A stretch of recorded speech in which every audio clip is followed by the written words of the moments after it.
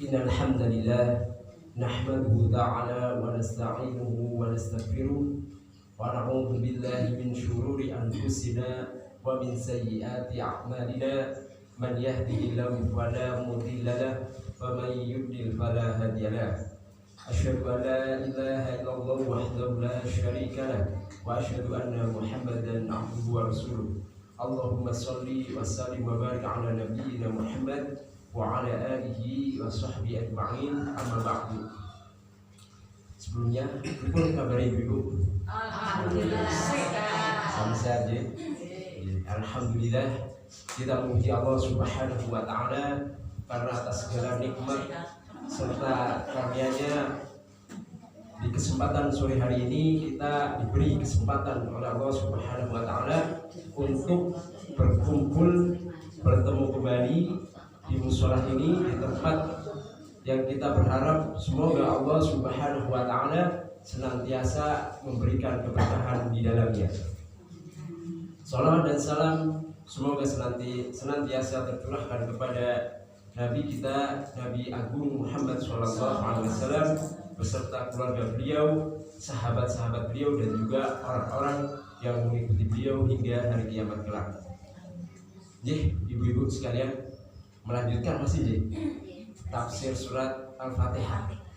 Di pertemuan sebelumnya kita baru masuk ke ayat yang pertama kalau tidak salah, yaitu masih pada apa? Ayat Alhamdulillah. Alhamdulillah. Sambil mengingat-ingat kembali ibu. Alhamdulillah. Kemarin maknanya apa ibu? Alhamdulillah.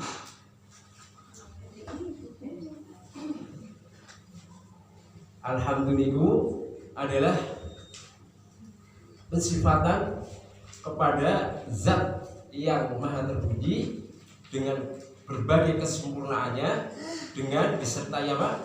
Kecintaan dan pengagungan. Ya. Jadi Allah Subhanahu wa taala itu terpuji atau memiliki kesempurnaan dari sisi zatnya, sifatnya, dan juga perbuatannya. Ya, jadi kesempurnaan Allah itu apa? Mencakup secara menyeluruh, ya. Dan di sini alhamdulillah, di sini pujian di sini mencakup secara umum.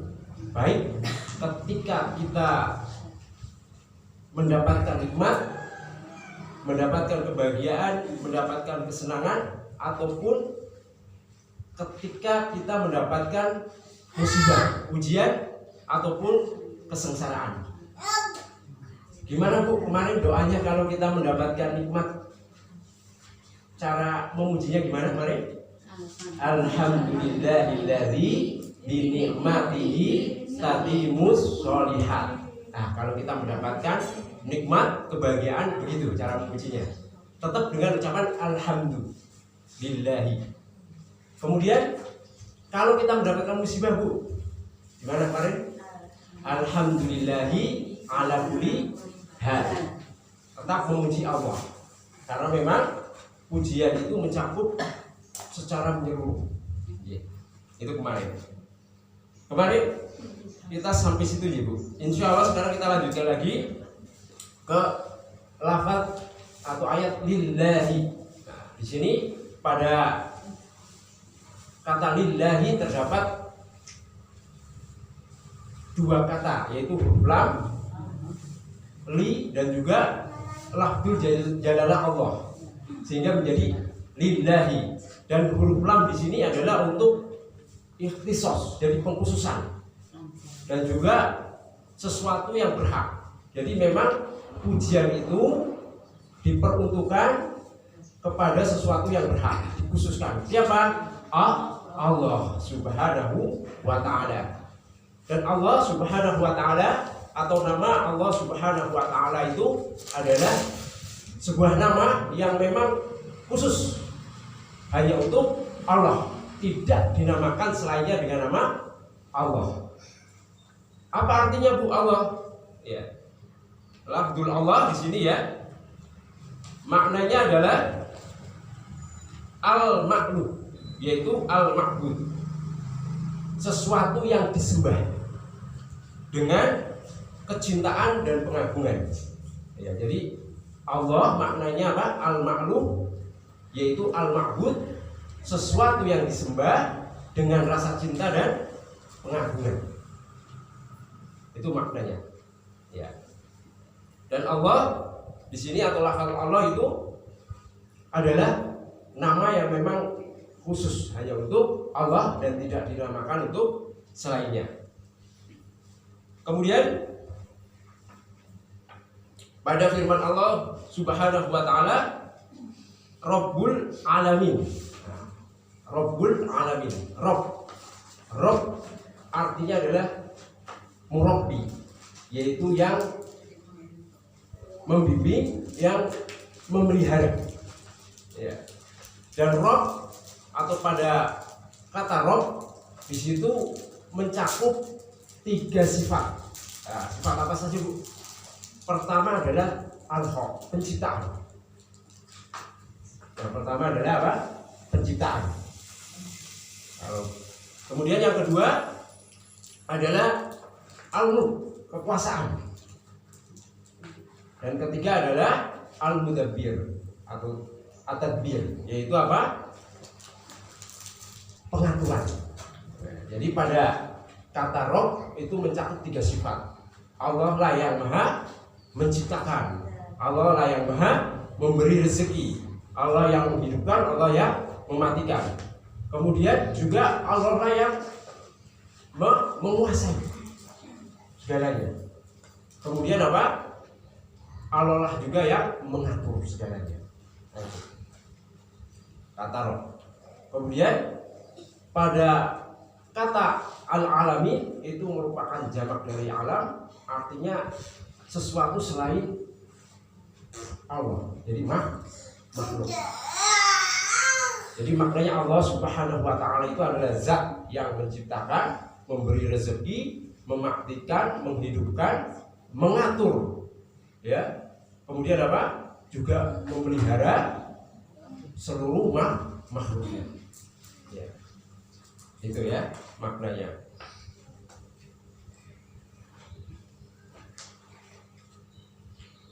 Nah di sini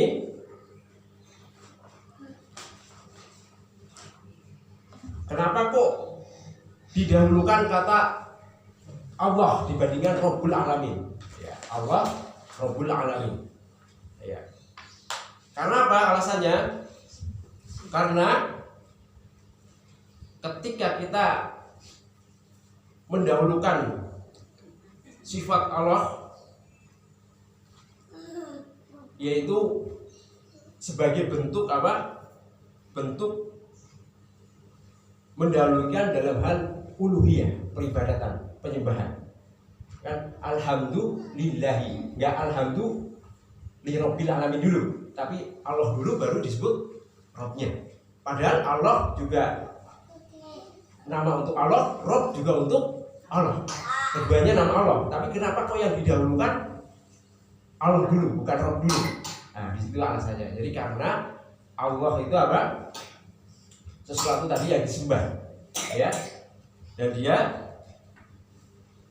terdapat sifat apa? Uluhiyah. Jadi sesuatu yang memang hanya Allah, peribadatan itu ditujukan. Sedangkan pada kata Rabb di situ terdapat makna ar-rububiyah, penciptaan. Jadi mengikuti. Seperti itu. Nah, dipahami Ibu di sini? Ya.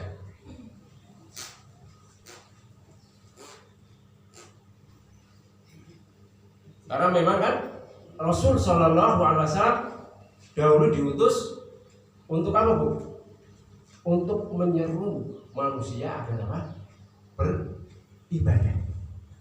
Ya, tujuan diutusnya Rasul adalah menyampaikan risalah agar peribadatan itu ditunjukkan hanya kepada siapa? Allah Subhanahu wa taala semata. Bukan untuk selainnya. Ya, karenanya di situ didahulukan mengenai apa? Sifat uluhiyah, peribadatan dulu dibandingkan rububiyah. Rububiyah itu terkait dengan penciptaan dan selainnya. Seperti itu. Kemudian berikutnya adalah ayat Ar-Rahman-Ar-Rahim, ya, Ar-Rahman-Ar-Rahim. Kemarin sudah sedikit disinggung ketika membahas apa? Bismillahirrahmanirrahim, ya. Ar-Rahman itu adalah apa, Bu? Masih ingat? Atau mungkin sudah dicatat? Apa makna Ar-Rahman? Ya. Ar-Rahman merupakan nama Allah. Begitu juga Ar-Rahim. Jadi Ar-Rahmanir-Rahim itu adalah dua dari nama Allah.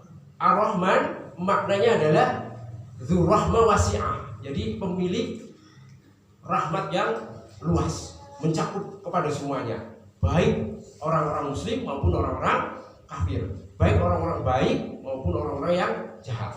Jadi rahmat Allah mencakup semuanya. Ya, itu sifat yang terkandung pada nama Allah yang Ar-Rahman. Sedangkan Ar-Rahim itu adalah apa? Rahmat yang hanya dikhususkan kepada orang-orang yang beriman. Ya. Ar-Rahman Ar-Rahim itu keduanya merupakan apa? Nama di antara nama-nama Allah Subhanahu wa taala. Ya. Karenanya Ahlus Sunnah wal Jamaah itu beriman. Beriman apa? Allah itu memiliki nama-nama. Allah juga memiliki sifat-sifat. Dan terkait dengan hal ini, ya, manusia itu terkelompok atau terbagi menjadi 3 golongan. Ada yang disebut dengan musyabbihah. Apa itu musyabbihah? Yang pertama adalah musyabbihah. Musyabbihah itu kelompok orang-orang yang menyerupakan, ya, menyerupakan nama atau sifat Allah itu dengan makhluk. Ya. Boleh enggak? Misalkan dalam sifat Allah maha mendengar, mendengarnya Allah sama dengan makhluk, boleh enggak? Enggak boleh. Ya, atau Allah melihat, tapi melihatnya sama dengan makhluk, boleh enggak? Enggak boleh. Nah, itu ada kelompok seperti itu. Ya, yang menyamakan antara apa? Sifat melihatnya Allah sama dengan makhluk, atau mendengarnya Allah sama dengan makhluk, disebut musyabbihah. Ada yang kelompok kedua itu namanya mu'attilah, yang menolak. Karena berlebihan dalam menolak, akhirnya apa? Meniadakan. Mereka menolak nama-nama Allah, ditolak, begitu juga sifat-sifat Allah. Ya. Karena apa? Karena menurut mereka kalau kita menetapkan Allah mendengar, Allah melihat, nanti sama dong dengan makhluk. Makhluk juga mendengar, makhluk juga melihat. Nah, itu. Jadi mereka kalau menetapkan itu, bagi mereka nanti kita menyerupakan Allah dengan makhluk. Sementara kan nggak boleh ya, menyerupakan. Nah, ini lawan dari kelompok yang pertama. Yang pertama menyamakan, yang kedua menolak sama sekali. Nah, sedangkan kelompok ketiga, kelompok pertengahan adalah kelompok Ahlus Sunnah wal Jamaah. Apa itu, Bu? Mereka menetapkan nama-nama Allah dan juga sifat-sifat Allah, tapi menafikan perbedaan dengan makhluk. Allah mendengar, Allah melihat, makhluk juga sama, tapi berbeda. Mendengarnya Allah sempurna, ya, sedangkan makhluk nggak sempurna, kurang. Melihatnya Allah sempurna, sedangkan makhluk terbatas. Kita menetapkan itu, tapi berbeda dengan miliknya Allah. Karena dari zatnya sih sudah berbeda, Bu. Allah kan zat maha sempurna, sedangkan kita makhluk yang penuh kekurangan. Zatnya sudah berbeda, otomatis muncul ke bawahnya juga berbeda. Ya. Allah melihat apapun tentang kita ketika kita sembunyi, apapun yang ada di dalam hati kita, sementara kita kan belum tentu. Ya, seperti itu. Paham ya, Bu? Di sini, ya. Jadi semoga kita menjadi kelompok yang ketiga ini. Kelompok yang apa? Menetapkan nama-nama Allah, menetapkan sifat-sifat Allah, bersamaan itu menafikan penyamaan atau menyamakan dengan punyanya makhluk. Seperti itu. Jangan sampai kita juga menetapkan tapi juga dengan menyerupakan, atau kita malah menolak sama sekali. Jangan sampai seperti itu. Begitu Bu. Nah itu terkait dengan 3 kelompok pada masalah nama dan sifat. Secara singkatnya seperti itu. Kemudian kita masuk ke ayat berikutnya, yaitu ayat keberapa Bu? Ini Bu. Malik Yaumiddin. Nah, kalau di sini mayoritas pripun Bu? Menganggap bismillah termasuk enggak? Termasuk surat Al-Fatihah mboten? Kalau ibu-ibu di sini? Mboten. Berarti bismillah terpisah. Berarti dari alhamdulillah. Berarti alhamdulillahirabbil alamin, arrahmanirrahim, maliki yaumiddin. Ayat ketiga nggih. Baik. Malik Yaumiddin. Nah, kemarin sudah Anda jelaskan pada bacaan Malik ada 2 cara, Ibu. Gimana Bu cara pertama? Ma-nya dibaca 2 harokat, Mali, gitu ya. Atau hanya 1 ketukan, Maliki. Boleh keduanya. Memang riwayatnya datang dari Rasul Shallallahu Alaihi Wasallam, kemudian sampai kepada para sahabat 2 cara itu. Boleh dibaca 2 ketukan, huruf mimnya itu Maliki Yaumiddin, atau dibaca 1 harokat mimnya Maliki Yaumiddin, jadi cepat Maliki Yaumiddin, seperti itu. Boleh. Ya. Kalau dibaca Malik 2 harokat mimnya, itu berarti apa? Memiliki, menguasai. Artinya seperti itu. Tapi kalau dibaca 1 ketukan, Maliki itu adalah raja. Jadi sebenarnya nggak ada bertentangan sama sekali dari sisi makna di situ. Ya. Dan di sini Malik adalah juga termasuk sifat untuk Allah Subhanahu wa Ta'ala. Ya. Bahkan juga termasuk nama ya, Al-Malik ya. Nama orang juga Malik.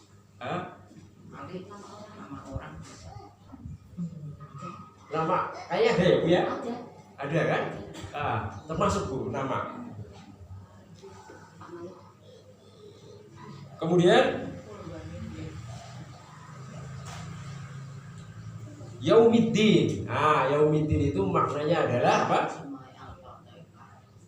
Yaumul Qiyamah. Jadi hari kiamat. Maknanya apa? Hari kiamat. Dan di sini ad-din maknanya adalah al-jaza. Jadi balasan.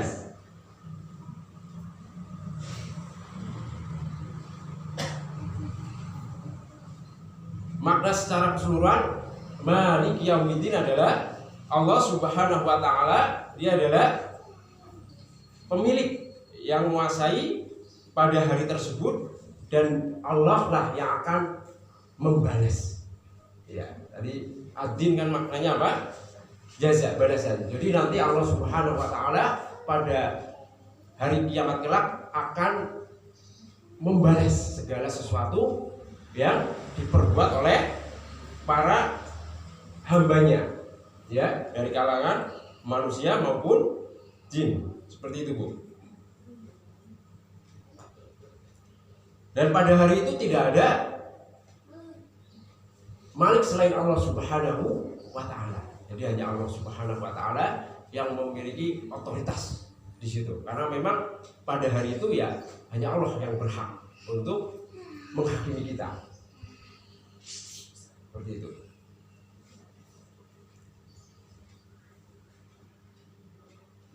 Ya. Kemudian kita masuk ke ayat berikutnya, yaitu ayat keempat. Ini saya agak percepat ya Bu, maksudnya biar selesai. Nanti kalau panjang kok nggak selesai. Ayat keempat yaitu iyyaka na'budu wa iyyaka nasta'in. Hanya kepadamu ya Allah kami menyembah dan hanya kepadamu kami meminta atau memohon pertolongan. Iyyaka, lafal iyyaka itu sebenarnya kalau dalam konteksnya itu adalah objek. Aslinya itu na'buduka, tapi kata iyyaka diamalkan. Kenapa Bu? Kok dikedepankan? Padahal objek hanya kepadamu. Kan itu objek ya. Objek didepankan. Ya, kata ulama itu untuk membatasi. Untuk membatasi memang peribadatan itu ditunjukkan hanya kepada Allah SWT. Kan artinya na'budu kami menyembah. Iyyaka na'budu. Jadi ketika objeknya didahulukan itu menunjukkan pembatasan. Artinya apa? Artinya hanya Allah Subhanahu wa taala yang memang zat berhak diibadahi. Tidak boleh kita menyembah selain Allah. Di situ. Lalu sebenarnya apa sih Bu makna ibadah? Nah, apa Bu ibadah? Ibadah itu menurut Syekhul Islam Ibnu Taimiyah adalah ismu jami'in, ya, istilah yang menyeluruh untuk segala sesuatu yang dicintai dan diridhoi Allah Subhanahu wa taala baik secara batin maupun zahir. Ibadah definisi menurut Ibnu Taimiyah. Jadi apa? Istilah yang menyeluruh untuk segala sesuatu yang dicintai dan diridhoi Allah baik secara batin maupun zahir. Baik secara lahir maupun batin. Ya, sehingga ibadah itu mencakup apa? Ibadah hati. Kemudian apa? Lisan. Kemudian apa? Perbuatan. Ya. Contohnya apa Bu? Ibadah hati. Cinta kepada Allah. Kemudian apa? Khauf, takut kepada Allah. Kemudian apa? Berharap kepada Allah. Itu termasuk amalan hati. Kemudian juga di antara amalan lisan apa Bu? Zikir. Ya, mengucapkan tasbih, tahlil, tahmid itu merupakan apa? Ibadah di lisan.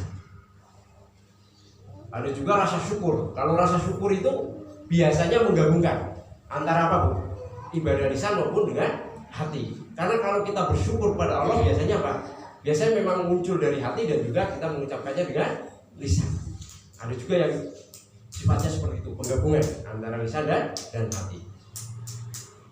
Kemudian di antara ibadah zahir, perbuatan apa saja Bu? Salat, ya, puasa, haji, ya, zakat dan selainnya. Nah, itu merupakan ibadah-ibadah yang sifatnya zahir.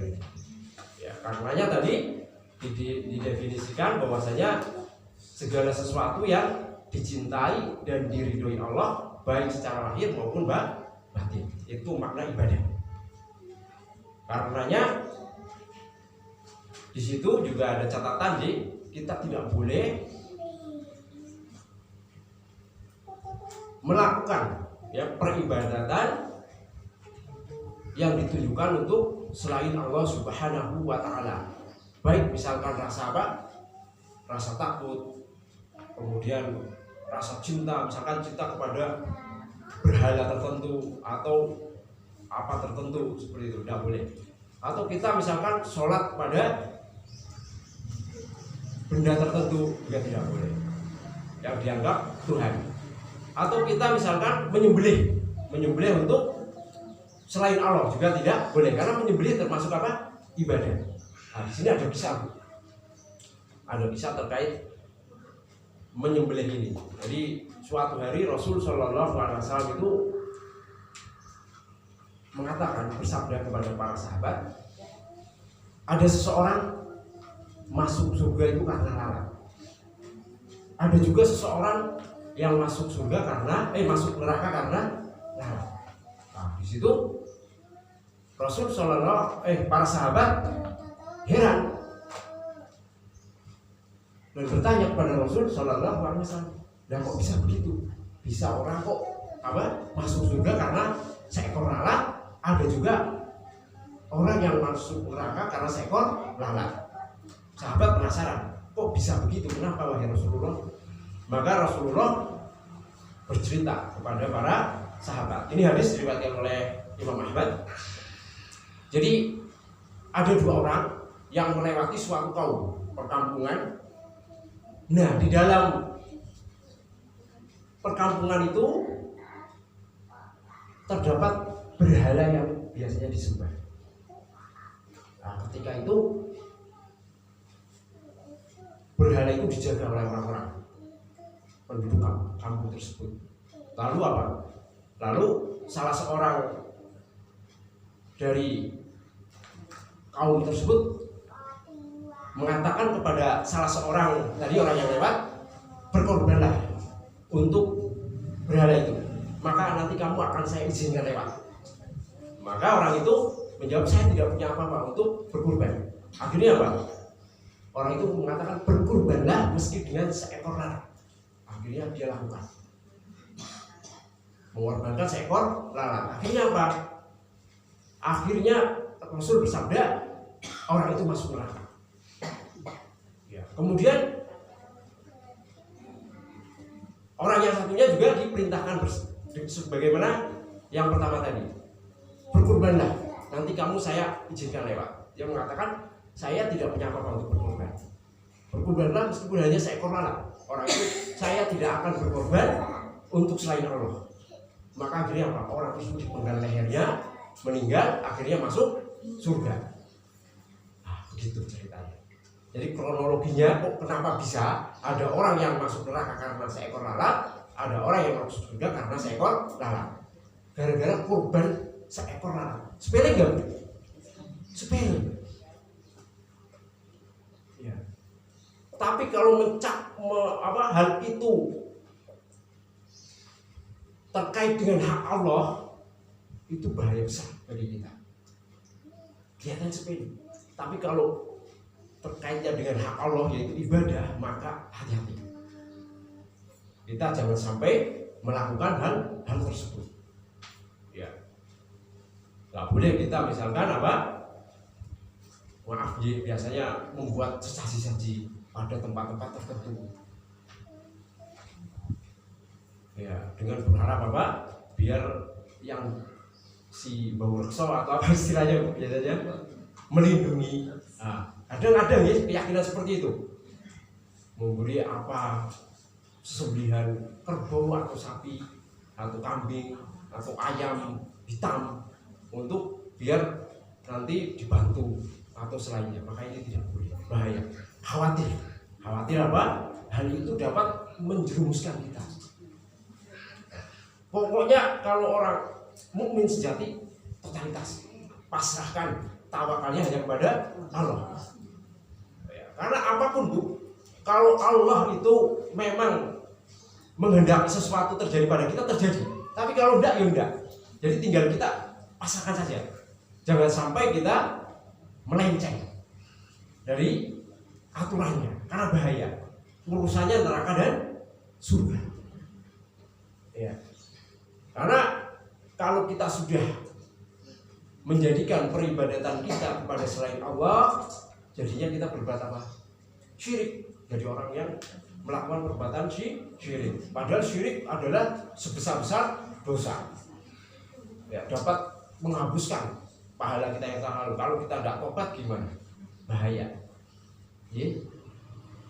Allah akan mengampuni segala dosa kecuali kesyirikan.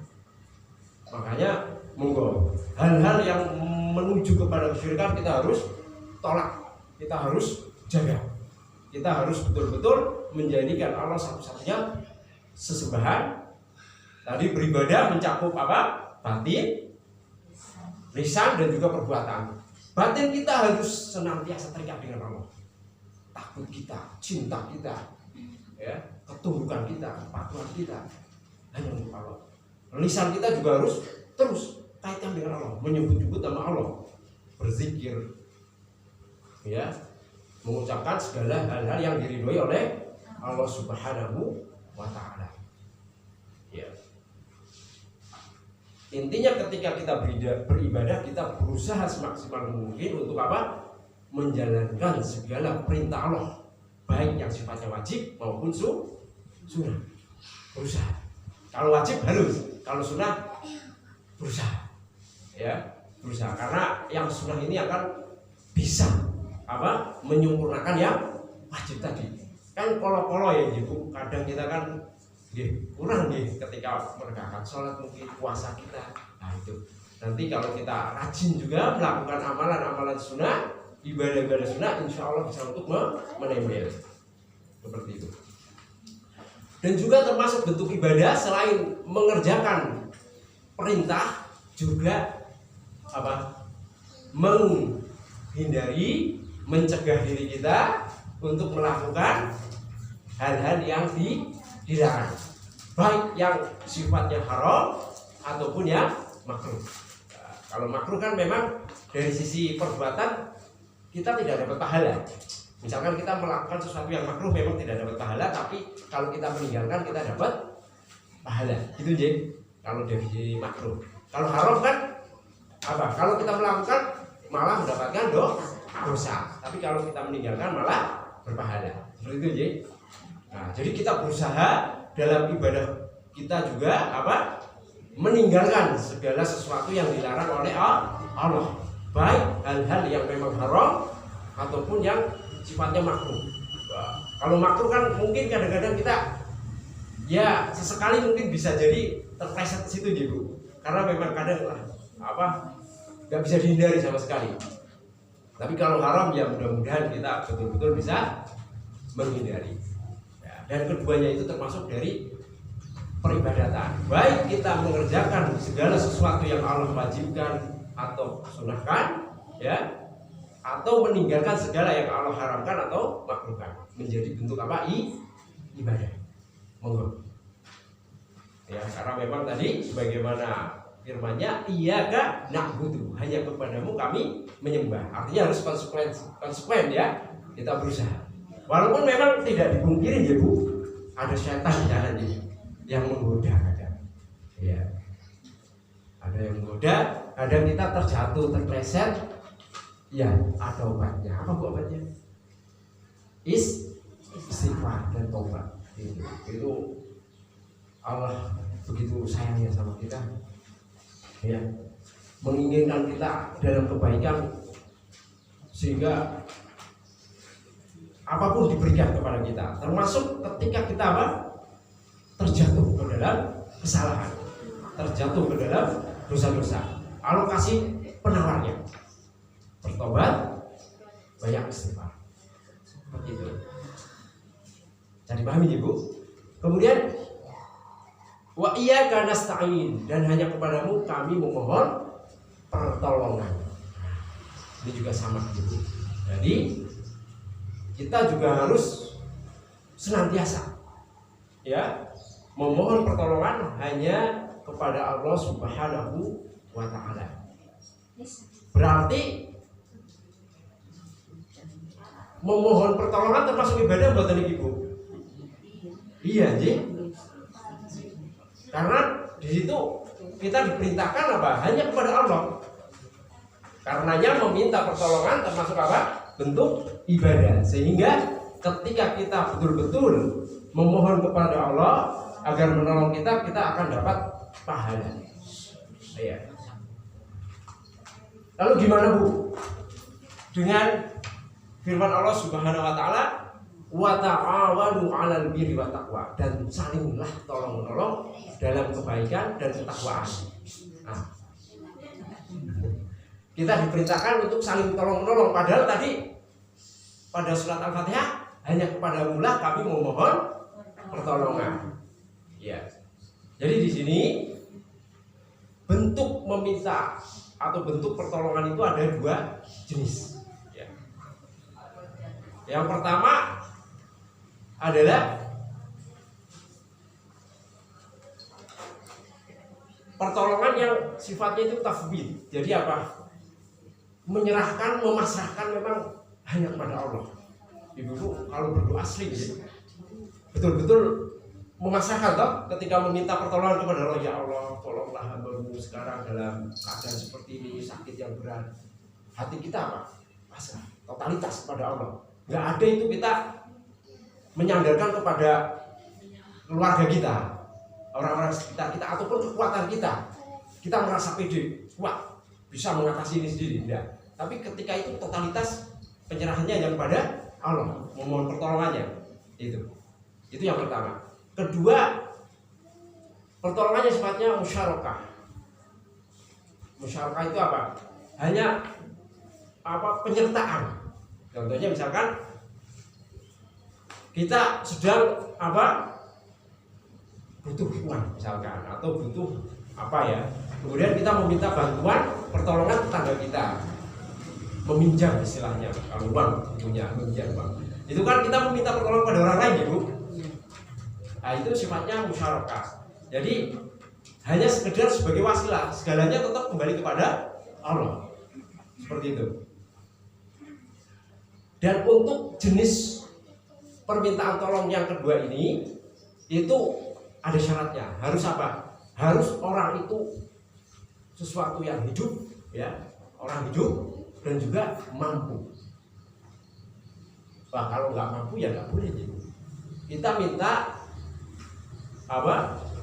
minta tolong misalkan ngangkatin beras 100 kilo kepada orang yang cacat, nggak punya tangan, ya nggak boleh ya Bu, nggak mampu dia meskipun hidup, malah zalim kita seperti itu. Orang itu bagaimana dekatnya? Nggak boleh. Jadi harus apa Bu? Hidup dan juga memiliki kemampuan. Kalau nggak boleh. Dan di sini juga harus kaitannya memang kita ada hajah di situ, kebutuhan, ya, ada kebutuhan untuk meminta pertolongan itu. Karenanya kita sebagai orang muslim, mohon maaf, kita tidak boleh, ya, meminta perlindungan, meminta pertolongan kepada sesuatu yang sudah meninggal. Orang meninggal, misalkan, Mbah tolong cucu Anda mau ujian, bantu. Jangan, nggak boleh ya Bu, karena sudah meninggal, nggak memiliki kemampuan, juga bukan sesuatu yang hidup, nggak boleh. Iya, harus kepada Allah. Ya, atau misalkan gunung mau meletus, wah, datang kepada siapa Mbak Purso di situ meminta, Mbah tolong Mbah, gunungnya mau meletus, cucunya nanti pada kena gunung, tolong. Nggak boleh, harus kepada Allah. Karena apa? Tadi, ya, nggak boleh meminta pertolongan kepada sesuatu yang tidak hidup dan juga tidak memiliki kemampuan. Ya, seperti itu. Jadi harus. Nah, ini bentuk bentuk totalitas kita dalam peribadatan kepada Allah Subhanahu wa Ta'ala. Ya. Bisa dipahami ya Bu di sini ya.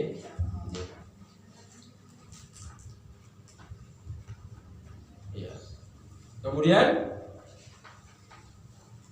kita langsung masuk ke berikutnya. Untuk pertolongan yang pertama namanya apa? Namanya at-tafwid Bu. Tafwid. Nah, jadi memasrahkan, ya, memasrahkan permintaan pertolongan kita hanya kepada Allah. Jadi bersandar hanya pada Allah semata. Jadi ketika kita memohon pertolongan memang murni ini Allah zat yang maha menolong, pasti akan menolong saya apapun kesulitan saya. Yang dikiranya kita mungkin nggak mampu gitu ya, wah ini nggak mampu. Tapi karena kita memasrahkan betul-betul kepada Allah, ya Allah menolong. Itu ya. Yang kedua adalah musyarakah, hanya sekedar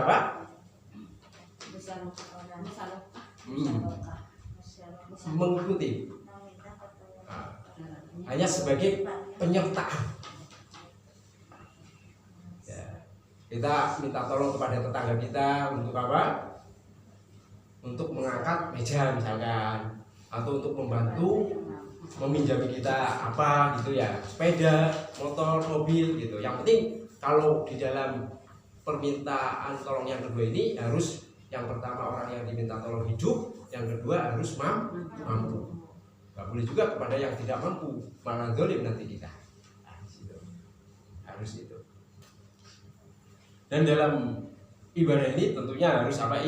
Ikhlas kepada Allah Subhanahu wa Ta'ala. Caranya di sini memang hanya untuk Allah, ya.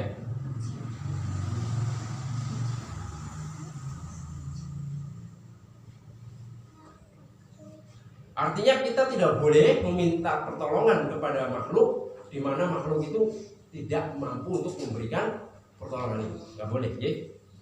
Lalu boleh nggak, Bu? Atau yang lebih utama mana, Bu? Kita sering meminta pertolongan orang atau hanya ketika ada kebutuhan? Jadi kalau nggak terpaksa, usahakan tunjukkan kita mampu seperti itu, ya. Kecuali kalau sudah terdesak, keadaannya sudah memang mepet, ya itu baru. Kalau sudah itu ya, Bu. Tapi kalau masih bisa apa berusaha, nah monggo dilakukan. Kemudian ayat berikutnya pada firman Allah Subhanahu wa Ta'ala, ihdinas siratal mustaqim. Ihdina, ya, tunjukkanlah kami. Loh, kenapa kok dengan menggunakan jamak kami? Enggak, tunjukkanlah kepadamu saja. Ini seolah-olah kita itu malu ya, seolah-olah malu kalau kita hanya sekedar untuk diri kita. Ya, jadi kita mengikut sertakan yang lainnya agar apa? Diberikan petunjuk ataupun hidayah. Dan di sini hidayah di sini adalah hidayah irsyad, petunjuk, dan hidayah taufik. Ya. Jadi hidayah kan ada yang sifatnya apa? Umum, ada yang sifatnya khusus. Kalau umum misalkan ada orang yang non muslim, kemudian Allah beri hidayah kepada hidayah Islam, itu hidayah umum, sehingga orang itu masuk Islam, dia mendapat hidayah. Lalu kita misalkan nih, kita sudah Islam kok masih meminta hidayah, apa yang dimaksud di sini tentunya? Nah ini hidayah khusus. Agar apa? Kita yang sudah Islam itu betul-betul menjalankan syariat Islam secara apa? Terperinci, ya, dengan amalan-amalan yang diperintahkan dan juga dianjurkan, agar kita diberi taufik, diberi kemudahan di situ. Ada loh orang Islam tapi berat melangkahkan kaki untuk sholat misalkan. Ada aja, ada yang berat untuk berpuasa. Terjadi. Padahal dia sudah mendapat hidayah Islam, tapi dia tidak mendapat hidayah apa? Untuk mudah di dalam melakukan amalan-amalan yang disyariatkan oleh agama Islam. Nah, karenanya meskipun kita sudah beragama Islam, tetap kita diperintahkan oleh Allah untuk apa? Berdoa agar selalu diberikan hidayah irsyad, petunjuk, dan juga hidayah taufik. Agar apa? Agar kita diberi kemudahan untuk mengamalkan segala sesuatu yang Allah perintahkan dan juga menjauhi segala apa yang Allah larang. Itu kuncinya. Coba paling tidak berapa kali nih Bu kita membaca ihdinas siratal mustaqim ini dalam sehari semalam? 17 ya, paling tidak 17 kali. Karena apa? Dari zuhur 4, asar 4 sudah 8 kali, maghrib 3, 11, isya 4, berapa? 15, tambah subuh 2 rakaat sudah 17 kali. Karena itu memang ya tetap kita diperintahkan untuk apa? Memohon. Karena kalau kita hanya bersandar pada diri sendiri, saya kira berat. Ya, kalau bukan karena pertolongan Allah, walau alam kita mau nggak itu sholat berat. Hanya 5 menit padahal. Walau alam kita mau nggak itu puasa sebulan. Kayaknya ogah-ogahan berat ya. Seperti itu. Itu semua segala sesuatu yang kita mampu untuk melaksanakan itu, ibadah-ibadah itu karena memang hidayah dari Allah. Karena memang segala sesuatu itu apa? Kembali kepada Allah. Makanya wajib kita bersyukur di situ. Termasuk Islam ini ya, nikmat yang luar biasa. Kalau kita mengingat-ingat ibu, ya mengingat-ingat coba. Kebayang nggak Bu kalau kita lahir misalkan di Eropa, ya di Amerika yang mayoritas orang-orang non-Muslim, kita bisa menjamin nggak diri kita beragama Islam? Nggak bisa menjamin ya. Tapi karena kasih sayang Allah berikan kita lahir di Indonesia yang mayoritas Muslim, secara otomatis alhamdulillah orang tua kita Muslim, kita menjadi Muslim. Dan ini nikmat, ya nikmat yang luar biasa yang kita harus betul-betul mensyukurinya. Karena besok hanya 2 tempat, surga, neraka. Surga untuk mukmin, Muslim, neraka untuk orang kafir. Nah, modal utama kita masuk surga ya Muslim itu. Kalau nggak punya modal, apa yang kita bisa harapkan?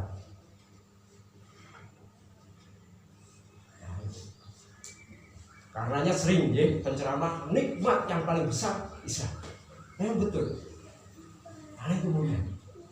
Nikmat apapun kan. Dan seandainya hanya nikmat itu yang diberikan tanpa nikmat lain, kita pun harus betul-betul memasrahkan hidup kita hanya kepada Allah. Karena dunia ini sementara aja Bu. Berapa tahun sih Bu?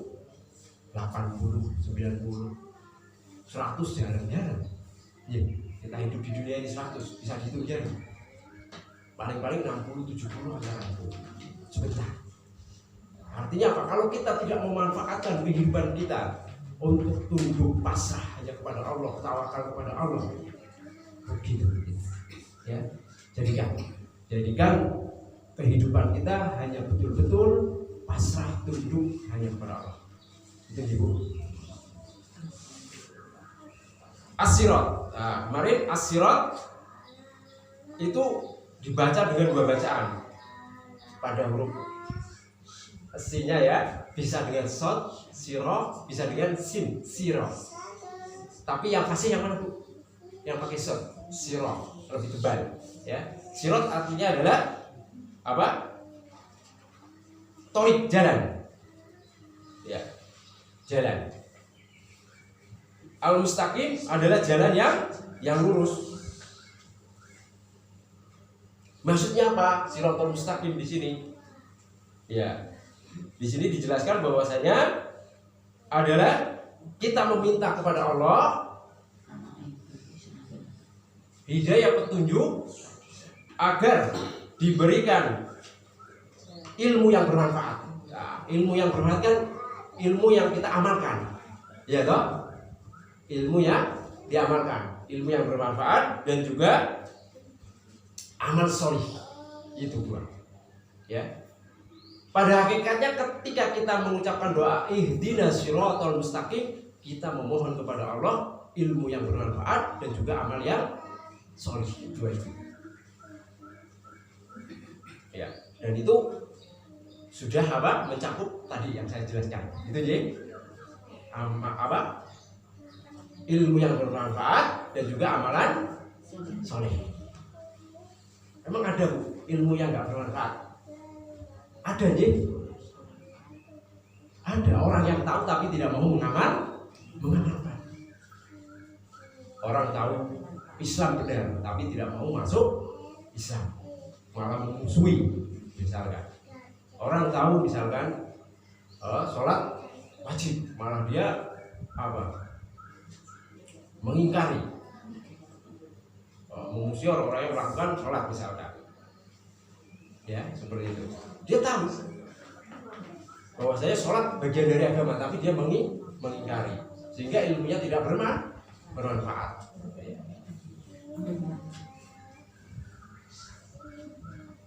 Dan jalan tujuan ini adalah jalan yang memang tidak ada kebengokan, yaitu jalan yang lurus. Seperti itu. Itu dari ihdinas shiratal mustaqim. Kemudian ayat terakhir, masih ada waktu? Masih ya? Nah.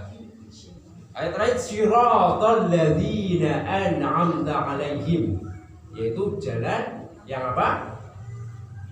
Jalan yang engkau beri nikmat kepada, jalannya orang-orang yang engkau berikan nikmat kepada mereka. Jalannya siapa? Jalan yang diberikan Allah kepada siapa? Ini mereka, kepada para nabi, pada rasul, ya, pada para ulama, dan juga orang-orang yang beriman. Jadi kita meminta hidayah, jalan yang lurus, berupa ilmu yang bermanfaat, berupa amalan soleh, ya, sebagaimana jalannya orang-orang yang engkau beri nikmat kepada mereka dari kalangan siapa? Rasul, nabi, orang-orang soleh, dan juga orang-orang yang beriman. Agar kita oleh Allah, ya, agar Allah memberikan kepada kita apa? Menjadi seperti mereka, mengikuti mereka. Ya, karena kan memang para rasul, ya, diutus memberikan apa? Memberikan pengajaran kepada kita bagaimana tata cara ibadah yang benar. Maka ketika kita mengikuti mereka, pada hakikatnya kita sudah mengikuti jalan yang lurus. Dan kita berdoa kepada Allah agar apa? Agar kita diberi juga kenikmatan seperti itu, agar dimudahkan untuk meniti jalan yang lurus ini. Ya. Kemudian ayat terakhir, ghairil maghdubi alaihim waladdallin, selain jalannya orang-orang yang kamu benci atau yang engkau sesatkan. Ya, dan di sini ini yang dimaksud adalah jalannya orang-orang Yahudi maupun Nasrani atau Nasoro. Orang Yahudi itu mereka memiliki keilmuan. Ya. Memiliki keilmuan, tahu Allah itu satu-satunya yang benar. Tahu mereka kalau nanti nih ada nabi yang diutus dari kalangan bangsa Arab. Tapi apakah mereka beriman pada nabi itu? Tidak mau. Orang-orang Yahudi menolak. Padahal tahu Islam itu hak, nabi itu diutus, Nabi Muhammad benar. Di dalam kitab-kitab mereka ditulis. Tapi apa? Mereka menolak. Akhirnya apa? Allah benci kepada mereka.